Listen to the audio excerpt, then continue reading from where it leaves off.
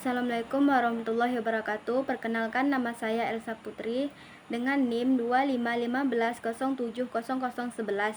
Di sini saya akan memenuhi tugas Islam Budaya dan Minangkabau dengan dosen pengampu Bapak Muhammad Nasir, SSMA, dengan tema integrasi adat Islam dengan adat Minangkabau.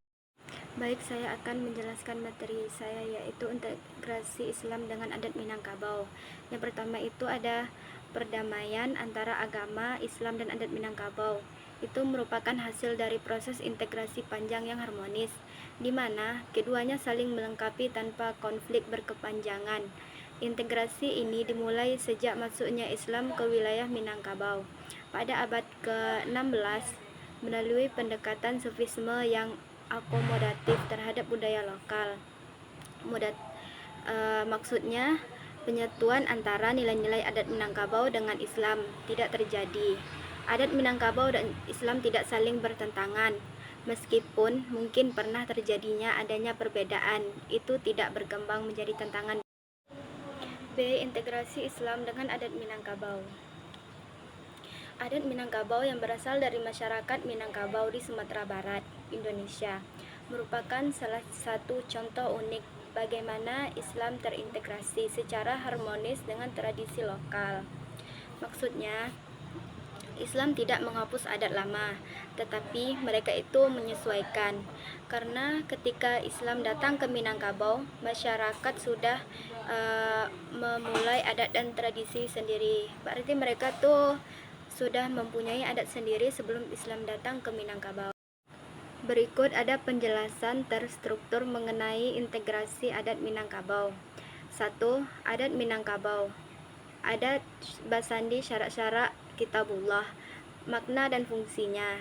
Maknanya, adat Basandi Syarak-syarak atau adat tradisi dan norma sosial Minangkabau harus berdasarkan pada syarak atau syariat Islam yang mencakup Al-Quran dan hadis, ijma' dan qiyas. Syarak-syarak Basandi Kitabullah, syariat Islam harus berdasarkan Kitabullah atau Al-Quran sebagai sumber utama wahyu Allah. Fungsinya, secara keseluruhan, semboyan ini membentuk hierarki 3 tingkat. Al-Quran sebagai pondasi tertinggi, diikuti syariat Islam, dan akhirnya adat Minangkabau yang harus selaras dengannya. Berfungsi sebagai kompas moral untuk menyelesaikan sengketa seperti dalam musyawarah kaum atau kelompok kekerabatan. Misalnya, pembagian waris matrilineal disesuaikan dengan ayat Al-Quran tentang faraid.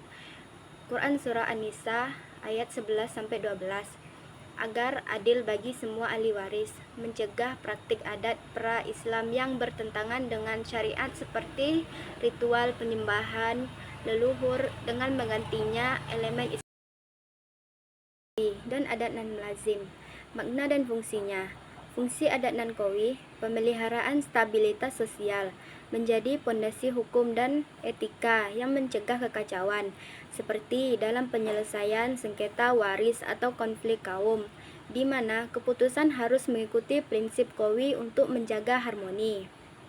Penguatan identitas keagamaan, memastikan adat selalu selaras dengan Islam, mencegah penyimpangan seperti syirik dan memperkuat rasa bangga sebagai umat muslim di Minang. Pelindung budaya jangka panjang, di tengah modernisasi, qawi melindungi elemen inti seperti matrilineal dari erosi, sehingga Minangkabau tetap dikenal sebagai masyarakat beradat yang taat. Adat non-lazim. Adaptasi dan inovasi memungkinkan masyarakat berinovasi, seperti mengintegrasikan teknologi dalam upacara adat, musyawarah agar tidak ketinggalan zaman. Fleksibilitas sosial membantu menyelesaikan isu kontemporer, misalnya hak perempuan dalam pendidikan atau ekonomi, dengan menyesuaikan kebiasaan lazim tanpa merusak qawi. Pemersatu generasi, mendorong generasi muda untuk terlibat dalam adat, karena lazim lebih mudah diakses dan dimodifikasi, sehingga mencegah pemutusan rantai budaya. Terakhir, kesimpulan. Integrasi Islam dengan adat Minangkabau adalah model akulturasi sukses yang harmonis, di mana syariat Islam menjadi fondasi utama, sementara adat sebagai fungsi wadah budaya adaptif.